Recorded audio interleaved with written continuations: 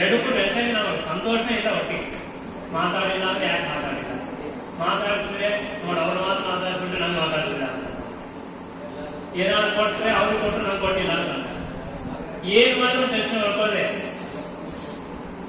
ಯಾರು ಹೇಳ್ತಾ ಇರೋದು? ಭಾಗವತ ಹೇಳುತ್ತೆ ನಾನು ಹೇಗಿರ್ಬೇಕು ಅಂದ್ರೆ ಸರಳವಾಗಿ ಇರ್ರಿ, ರುಜು ಸ್ವಭಾವ, ಅದಕ್ಕೆ ಆರ್ಜವ ಅಂತ ಹೇಳ್ತಾರೆ. ಆರ್ಜವ ಅಂದ್ರೆ ಒಳಗೊಂದು ಹೊರಗೊಂದು ಇಲ್ಲ.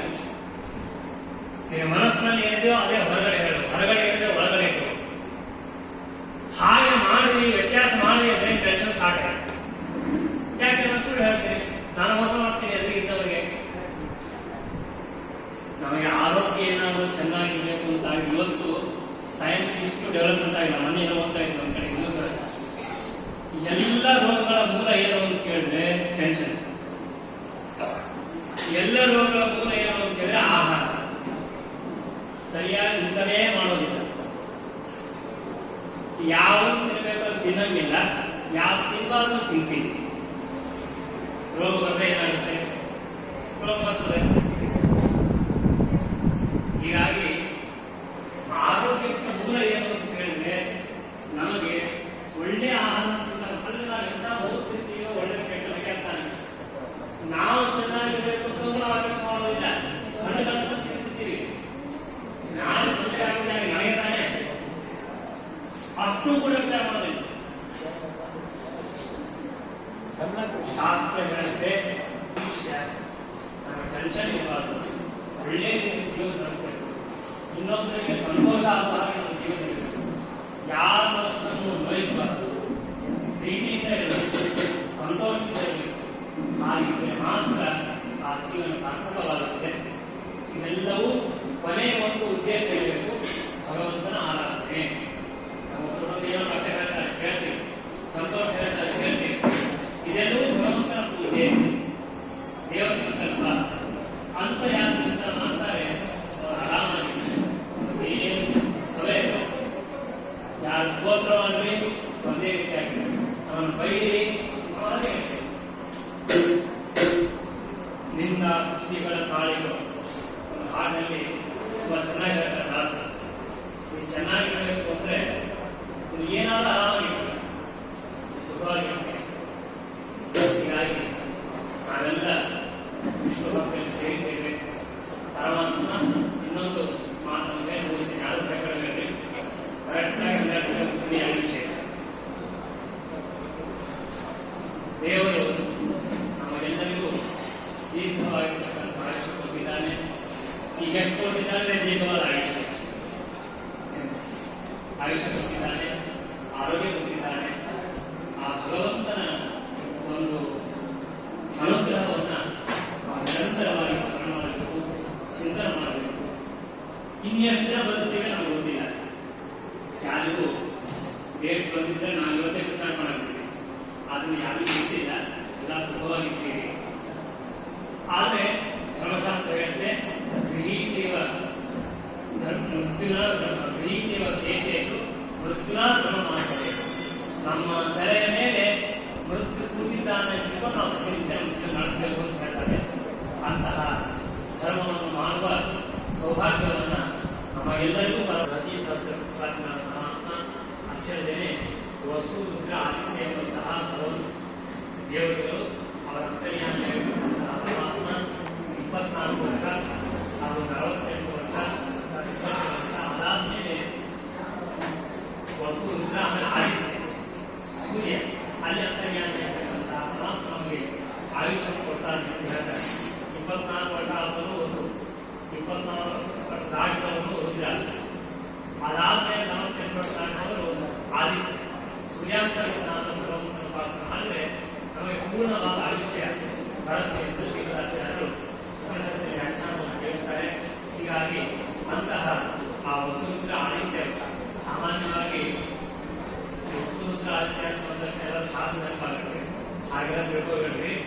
ವಸುರುದ್ರ ಆದಿತ್ಯ ಅಂತ ನಮ್ಮ ಜೀವನಕ್ಕೆ ಕೊಟ್ಟದ್ದು, ನಮ್ಮ ಆಯುಷ್ಯ ಕೊಟ್ಟದ್ದು. ಬಾಂಧವರು ಎಲ್ಲರೂ ವಿಶೇಷವಾಗಿ ಈ ಕಾರ್ಯಕ್ಕೆ ತಮ್ಮ ತಮ್ಮ ಒಂದು ಸೇವೆಯನ್ನು ಮಾಡಿದ್ದಾರೆ. ಎಲ್ಲರಿಗೂ ಪರಮಾತ್ಮ ಅನುಗ್ರಹ ಮಾಡಿ ಪ್ರಾರ್ಥನೆ ಮಾಡ್ತಾ ಈ ಕಾಲದಲ್ಲಿ ನಿನ್ನೆ ಮೈಸೂರಿನ ತಮಗೆಲ್ಲ ಗೊತ್ತಿದೆ, ಮೈಸೂರಿನಲ್ಲಿ ವ್ಯಾಸರಾಜ ಮಠಾಧೀಶರು ತಾವು ಸುಧಾರಣೆ ಮಾಡ್ತಾ ಇದ್ದಾರೆ. ಅಲ್ಲಿ ಅನೇಕ ಸನ್ಯಾಸಿಗಳು, ಪೀಠಾಧಿಪತಿಗಳೆಲ್ಲ ಇದ್ದರು. ಶ್ರೀಪಾದರು ಕೂಡ ಸ್ವಾಮಿಗಳು ಅಲ್ಲಿ ಬಂದಿದ್ದಾರೆ. ಹಾಗೂ ಉತ್ತರಾಂಧ್ರ ಶ್ರೀಪಾದರು ಕೂಡ ಇದ್ದರು. ಅವರೆಲ್ಲರ ವಿಶೇಷವಾಗಿರ್ತಕ್ಕಂತಹ ವಿಗ್ರಹ ಯಾಗಗಳಿಂದ ಪ್ರಾರ್ಥನೆ ಮಾಡ್ತಾ ಈ ಸರ್ಕಾರದಿಂದ ದೇವರು ಇವಾಗ 78 ಹೇಳಿದರು. 80, 90, 100 ವರ್ಷ ಹೀಗೆ ದೀರ್ಘವಾಗಿರ್ತಕ್ಕಂಥ ಆಯುಷ್ಯವನ್ನು ಪಡೆದು, ಆಯುಷ್ಯ ಎಲ್ಲರಿಗಿರುತ್ತೆ, ಆಯುಷ್ಯ ಮಾತ್ರ ಬೇಡ, ಜೊತೆಗೆ ಆರೋಗ್ಯ ಇರಬೇಕು, ಭಗವಂತನ ಆರಾಧನೆಯನ್ನು ಮಾಡತಕ್ಕಂತಹ ವಿಶೇಷವಾದ ಒಂದು ನಮಗೆ ಆ ಲಾಭ ಬೇಕು. ಸತ್ಯಪ್ರಮೋದರ ನೆನಪಾಗಿದೆ. ಸತ್ಯಪ್ರಮೋದರು ಒಂದು ಪ್ರತಿಜ್ಞೆ ಮಾಡಿದರು, ಯಾವತ್ತು ನಾನು ರಾಮದೇವರ ಪೂಜೆ ಮಾಡುವುದಿಲ್ಲ ಅವತ್ತು ನಾನು ಬೃಂದಾವನ ಪ್ರಾರ್ಥನೆ. ನಿಜ ಅಂತಂದ್ರೆ ಅವ್ರ ಪೂಜೆ ಮಾಡಿ ಮುಗಿಸಿ ರಾಮದೇವನ ಕಟ್ಟಬೇಕಾಗ, ಆ ಕಟ್ಟುವಾಗ ಈ ಸತ್ಯಾಸ್ಪತ್ರೆ ಕರೆದು ಇವತ್ತು ನೀವು ಕಟ್ಟಬೇಕು ಬಂದಿದ್ರು, ಕಟ್ಟಿದ್ರು. ಅವತ್ತು ಸಾಯಂಕಾಲ ಇಷ್ಟು ಅವರಿಗೆ ಅಂದ್ರೆ ಆ ಸಂಕಲ್ಪ ಎಷ್ಟು ಗಟ್ಟಿಯಾಗಿತ್ತು ಅಂದ್ರೆ ಆಶ್ಚರ್ಯ ಅಲ್ಲ, ಅಷ್ಟೇ ಅವತ್ತೇ ಅವರಿಗೆ ಅವ್ರ ಸಾಮರ್ಥ್ಯ ಮಾಡ್ತೇನೆ. ಆ ಸಾಮರ್ಥ್ಯ ಪ್ರಸಾದವನ್ನು ಕೂಡ ಅವರಿಗೆ ಕೊಟ್ಟು ಎಲ್ಲ ಅನೇಕ ಕೊಡ್ತಾರೆ.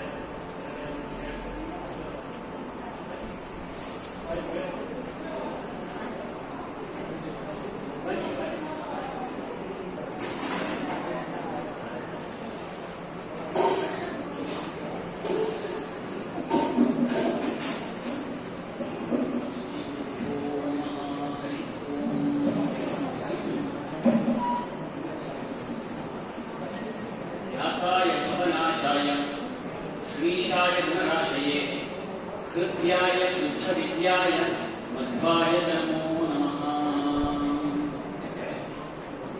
नमः श्रीपादराजाय नमस्ते व्यासयोगिने वरदरार्याय नमः।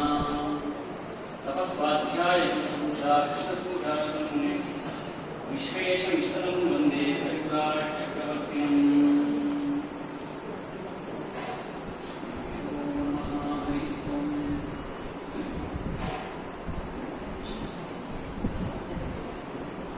ಪರಮ ಪವಿತ್ರಕರವಾದ ಶ್ರೀ ಶ್ರೀಪಾದರಾಜರ ಈ ದಿವ್ಯ ಸನ್ನಿಧಾನದಲ್ಲಿ ಶ್ರೀಪಾದಂಗಳವರು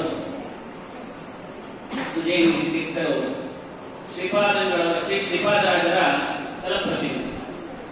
ಅವರು ಬಂದು ಇಲ್ಲಿ ನಿತ್ಯದಲ್ಲೂ ಅನೇಕ ಬಾರಿ ರಂಗವಿಠಲ ದೇವರ ಆಯೋಧನ ರೂಪಿ ಭಗವಂತನ ಆರಾಧನೆಯನ್ನು ಮಾಡಿ ವಿಶೇಷ ಸನ್ನಿಧಾನವನ್ನು ಇಲ್ಲಿ ನಡೆಸಿದ್ದಾರೆ. ಅಂತಹ ಸನ್ನಿಧಾನದಲ್ಲಿ ನಮ್ಮ ಶ್ರೀಯುತ ರಾಘವೇಂದ್ರನ್ ಹಾಗೂ ಶ್ರೀಮತಿ ಪದ್ಮಾವತಿ ಇವರ ಸಲುವಾಗಿ 77 ವರ್ಷ 7 ತಿಂಗಳು 7 ದಿವಸಗಳ ಕಾಲ ನಂತರದಲ್ಲಿ ಮಾಡುವಂತಹ ವಿಜಯರಥ ಶಾಂತಿಯ ಶುಭ ಸಂದರ್ಭದಲ್ಲಿ ನಾವೆಲ್ಲರೂ ಕೂಡ ಸೇರಿದ್ದೇವೆ. ಏತತ್ ಸಂದರ್ಭದಲ್ಲಿ ಮಿತ್ರರಾದ ಶ್ರೀಯುತ ಶ್ರೀಧರಾಚಾರ್ಯರು ಆಗಲೇ ವಿಶೇಷವಾಗಿ ಶಾಸ್ತ್ರಗಳ ಸಂದೇಶವನ್ನ ಮುಟ್ಟಿಸಿ ಹೇಗೆ ಸಾರ್ಥಕವಾದ ಜೀವನವನ್ನ ಮುಂದೆಯೂ ಕೂಡ ನಡೆಸಬೇಕು ಅನ್ನೋದನ್ನ ತಿಳಿಸಿದ್ದಾರೆ.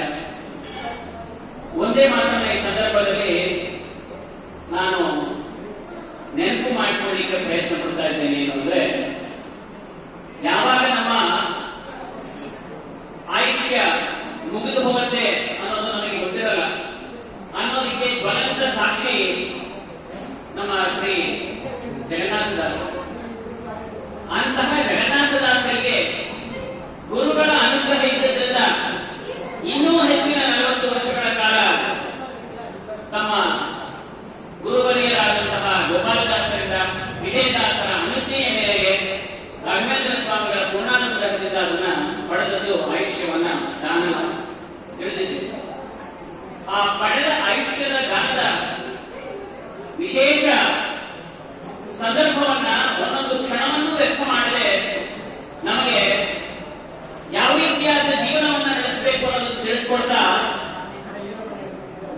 ಜಗನ್ನಾಥ ದಾಸರು ಹರಿಕಥಾಮೃತದಲ್ಲಿ ಒಂದು ಮಾತನ್ನ ತಿಳಿಸ್ತಾರೆ. ನಮ್ಮ ಮನುಷ್ಯ ಜೀವನವನ್ನ 4 ಪಾಲುಗಳನ್ನಾಗಿ ಮಾಡಿದ್ರೆ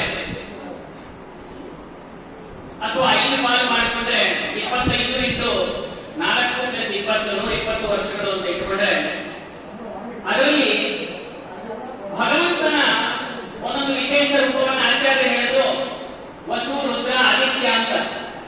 ಹಾಗೇನೆ ಇನ್ನೊಂದು ರೀತಿಯಾಗಿ ಶಾಸ್ತ್ರದಲ್ಲಿ ನೋಡೋದಾದ್ರೆ ಅನಿರುದ್ಧ, ಪ್ರದ್ಯುಮ್ನ, ಸಂಕರ್ಷಣ, ವಾಸುದೇವ ಹಾಗೂ ನಾರಾಯಣ 75 ವರ್ಷಗಳು ವರೆಗೂ ವಿಶೇಷವಾಗಿ ಭಗವಂತನ ಅನಿರುದ್ಧ, ಪ್ರದ್ಯುಮ್ನ, ಸಂಕರ್ಷಣ ಈ ರೂಪಗಳ ಚಿಂತನೆಯನ್ನು ಮಾಡಿ 75ರಿಂದ 100 ವರ್ಷದವರೆಗೆ ಯಾವ ಭಗವತ್ ರೂಪದ ಉಪಾಸನೆಯನ್ನು ಮಾಡಬೇಕು ಅಂದ್ರೆ ವಾಸುದೇವ ರೂಪಿಯಾದ ಭಗವಂತನ ಉಪಾಸನೆಯನ್ನು ಮಾಡಬೇಕು. ಈ 4 ರೂಪಗಳ ಮೂಲ ರೂಪವಾದ ನಾರಾಯಣನ ರೂಪದ ಚಿಂತನೆ 100ರ ನಂತರದಲ್ಲಿ ಮಾಡಬೇಕು. ಹೀಗಾಗಿ ನಾವು ಭಾಗವತಾದಿಗಳಲ್ಲಿ ನೋಡಿದ್ದೇವೆ, ಆದಾಮಿನಾದಿಗಳು ಕೂಡ ಅವಸಾನ ಕಾಲದಲ್ಲೂ ಕೂಡ ನಾರಾಯಣನ ಚಿಂತನೆಯನ್ನೇ ಮಾಡ್ತಾ ಇದ್ರು. ಇದರ ವಿಶೇಷ ಏನು, ಯಾತಕ್ಕೋಸ್ಕರ ಅಂದ್ರೆ ಜಗನ್ನಾಥ ದಾಸರೇ ಸ್ವತಃ ವ್ಯಾಪ್ತಿ ಸಂಧಿಯಲ್ಲಿ ಒಂದು ಮಾತನ್ನ ತಿಳಿಸ್ತಾ ಹೇಳ್ತಾರೆ. ವಿದ್ಯೆ ತಾನೆನಿಸಿಕೊಂಬ ಅನಿರುದ್ಧ ದೇವನು ಸರ್ವ ಜೀವರ ಬುದ್ಧಿಯಲ್ಲಿ ತಾನಿದ್ದು ಕೃತಿಪತಿ ಬುದ್ಧಿಯನಿಸುವನು ಸಿದ್ಧಿಯನಿಸುವ ಸಂಕರುಷಣ ಪ್ರಸಿದ್ಧ ನಾಮಕ ವಾಸುದೇವ ಅನವದ್ಯ ರೂಪ ಚತುಷ್ಟಯಗಳ ಅರಿತವನೇ ಪಂಡಿಸನು. ಭಗವಂತನಿಗೆ 4 ವಿಶೇಷ ಹೆಸರಿದೆ. ನಾವು ಈ 4 ಪಡ್ಕೊಳ್ಳಿಕ್ಕೆ ಪ್ರಯತ್ನ ಪಡ್ತಾ ಇದ್ದೀವಿ, ಅದರಲ್ಲಿ ದೇವರನ್ನ ಮರೆತು ಬಿಟ್ಟಿದೆ. ಭಗವಂತನ ನಾವು ಹುಟ್ಟದಾಗಿಂದ ಇರುವಂತಹ ಭಗವಂತನ ಹೆಸರು ಏನು ಗೊತ್ತಾ ಮನುಷ್ಯರಿಗೆ? ಯಾವ ಭಗವತ್ ರೂಪದ ಚಿಂತನೆಯನ್ನ ಮಾಡಬೇಕು ಅಂದ್ರೆ ಚಿಕ್ಕ ವಯಸ್ಸಿನಲ್ಲಿ ವಿದ್ಯೆ ವಿದ್ಯೆ ವಿದ್ಯೆ ಅಂತ ಹೇಳ್ತಾ ಹೋಗ್ತೀವಿ ಮೊದಲು 25 ವರ್ಷಗಳ ಕಾಲ. ಆ ವಿದ್ಯೆ ಅನ್ನೋದೇ ಭಗವಂತನ ಹೆಸರುತ್ತೆ, ಅದು ನಮ್ಮದಲ್ಲ. ವಿದ್ಯೆ ತಾನೆನಿಸಿಕೊಂಬ ಅನಿರುದ್ಧ ದೇವನು, ಅನಿರುದ್ಧ ರೂಪಿಯಾದಂತಹ ಭಗವಂತನಿಗೆ ವಿದ್ಯೆ ಅಂತ ನಾವು ಕರೆಯೋದು. ಹಾಗಾಗಿ ವಿದ್ಯೆಯನ್ನ ನಮ್ಮಲ್ಲಿ ನಾವು ಪಡ್ಕೊಳ್ಳೋದು ಅಂದ್ರೆ ಏನರ್ಥ? ಅನಿರುದ್ಧ ರೂಪಿಯಾದ ಭಗವಂತನ ಸಾಕ್ಷಾತ್ಕಾರವನ್ನು ನಮ್ಮಲ್ಲಿ ನಾವು ಮಾಡಿಕೊಳ್ಳೋದು ಅಂತ ಅರ್ಥ. ವಿದ್ಯೆ ಅಂದ್ರೆ ಭಗವಂತ ಅನಿರುದ್ಧ ರೂಪಿಯಾದ ಭಗವಂತನಿಗೆ. ಸರಿ, ವಿದ್ಯೆ ಸಿಗ್ಬೇಕಾದ್ರೆ ಏನಿರ್ಬೇಕು? ಒಂದು ಕಲ್ ಮೇಲೆ ವಿದ್ಯೆ ಹಾಕ್ಲಿಕ್ಕಾಗಲ್ಲ, ಅಥವಾ ಕಲ್ ಮುಂದೆ ಹೋಗಿ ನಾವು ಹೆಡ್ ತಪ್ಪಿಕೊಳ್ಳಿಕ್ಕಾಗಲ್ಲ. ವಿದ್ಯೆಯನ್ನು ಎಲ್ಲಿ ಸ್ಟೋರ್ ಮಾಡಬೇಕು? ಹಣ ತಂದ್ರೂ ಕೂಡ ಅದನ್ನ ಸ್ಟೋರ್ ಮಾಡಲಿಕ್ಕೆ ಒಂದು ಟ್ರೆಜರಿ ಬೇಕಲ್ಲ, ಅದನ್ನೇ ಏನು ಕರಿತೀವಿ? ಬುದ್ಧಿಯಲ್ಲಿ ತಾನಿದ್ದು ಕೃತಿಪತಿ ಬುದ್ಧಿಯನಿಸುವನು. ಆ ವಿದ್ಯೆಯನ್ನ, ಗುರುಗಳು ಕೊಟ್ಟ ವಿದ್ಯೆಯನ್ನ ಬುದ್ಧಿಯಲ್ಲಿ ಸ್ಟೋರ್ ಮಾಡಿಕೊಳ್ಬೇಕಲ್ಲ. ಆ ಸ್ಟೋರ್ ಮಾಡಿಕೊಳ್ಳುವಂತ ಸ್ಟೋರೇಜ್ ಅಥವಾ ಕೆಪಾಸಿಟಿ ಏನಿದೆಯಲ್ಲ, ಅದು ಎಲ್ಲಿದೆ? ಬುದ್ಧಿಯಲ್ಲಿ ಇದೆ. ಆ ಬುದ್ಧಿಯನ್ನಿಸುವನು ಭಗವಂತನು, ಬುದ್ಧಿನಾಮಕನಾದ ಭಗವಂತನೇ. ಯಾರು? ಪ್ರತಿಪತಿ ಪ್ರದ್ಯುಮ್ನ ಇದ್ದಾನಲ್ಲ, ಆ ಪ್ರದ್ಯುಮ್ನ ರೂಪಿಯಾದ ಭಗವಂತನೇ ನಮ್ಮಲ್ಲಿ ಬುದ್ಧಿ ಅನ್ನೋ ರೂಪದಿಂದ ಒಳಗಡೆ ಇಟ್ಟುಕೊಂಡು ಕೊಟ್ಟಿದ್ದನ್ನೆಲ್ಲ ಒಳಗಡೆ ತುಂಬಿಸಿಕೊಳ್ತಾ ಇರ್ತಾರೆ ಜೋಡಿಗೆಯಾಗಿ. ಸರಿ, ವಿದ್ಯೆ ಏನೋ ಒಂದು ಬುದ್ಧಿಯಲ್ಲಿ ಅದನ್ನ ಇಟ್ಟುಕೊಂಡಿದ್ದು ಆಯ್ತು. ಆದ್ರೆ ಬಂದ ವಿದ್ಯೆಯನ್ನ ಬುದ್ಧಿಯಲ್ಲಿ ಇಟ್ಟುಕೊಂಡ್ರು ಎಷ್ಟೋ ಜನಗಳು ಸಕ್ಸಸ್ಫುಲ್ ಆಗೋದಿಲ್ಲ, ಸಿದ್ಧಿಯೇ ಸಿಗಲ್ಲ. ಎಷ್ಟು ಪ್ರಯತ್ನ ಪಟ್ಟರೂ ಕೂಡ ಬಹಳ ಕಷ್ಟ ಇದೆ. 100 ಜನ ತಡೆ ಹೊಡಿತಾರೆ, ವೋಟ್ ಶೇರ್ ಇನ್ಕ್ರೀಸ್ ಆಗ್ಬೋದು, ಸೀಟ್ ಬರಲ್ಲ. ಹಾಗಾಗಿ ಅವಾಗ ವಿದ್ಯೆ ಇರುತ್ತೆ, ಬುದ್ಧಿನೂ ಇರುತ್ತೆ, ಸಿದ್ಧಿ ಸಿಗೋದೇ ಇಲ್ಲ. ಸಕ್ಸಸ್ಫುಲ್ ಆಗೋದೇ ಇಲ್ಲ ಎಷ್ಟೋ ಜನಗಳು. ಯಾಕೆಂದ್ರೆ ಸಿದ್ಧಿ ಎನಿಸುವ ಸಂಕರ್ಷಣ ರೂಪಿಯಾದಂತಹ ಭಗವಂತನ ವಿಶೇಷವಾದ ಚಿಂತನೆಯನ್ನು ನಾವು ಮಾಡುವ. ಸಂಕರ್ಷಣ ರೂಪಿಯಾದ ಭಗವಂತನಿಗೆ ಇನ್ನೊಂದು ಹೆಸರು ಸಿದ್ಧಿ. ನಾನು ಎಷ್ಟು ಪ್ರಯತ್ನ ಪಟ್ಟೆ ಮುಖ್ಯ ಅಲ್ಲ, ನಾನು ಎಷ್ಟು ವಿದ್ಯೆಯನ್ನು ಎಷ್ಟು ಗುರುಗಳಿಂದ ಯಾರ್ಯಾರಿಂದ ಪಡ್ಕೊಂಡೇನು ಮುಖ್ಯ ಅಲ್ಲ. ಗುರುಗಳಿಂದ, ಯೋಗ್ಯರಾದ ಗುರುಗಳಿಂದ ಯೋಗ್ಯವಾದ ಬುದ್ಧಿಯಲ್ಲಿ ಸ್ಟೋರ್ ಮಾಡಿಕೊಂಡಿರ್ತಕ್ಕಂಥದ್ದು ಸಿದ್ಧಿಯಾಗಿ ಅದು ಕನ್ವರ್ಟ್ ಆಗಬೇಕು, ಸಕ್ಸಸ್ ಆಗಿ ಕನ್ವರ್ಟ್ ಆಗಬೇಕು. ಅದಕ್ಕೆ ಸಂಕರ್ಷಣ ರೂಪಿಯಾದ ಭಗವಂತನ ಚಿಂತನೆಯನ್ನು ಯಾವಾಗಲೂ ಮಾಡಬೇಕು. ಯಾಕೆ?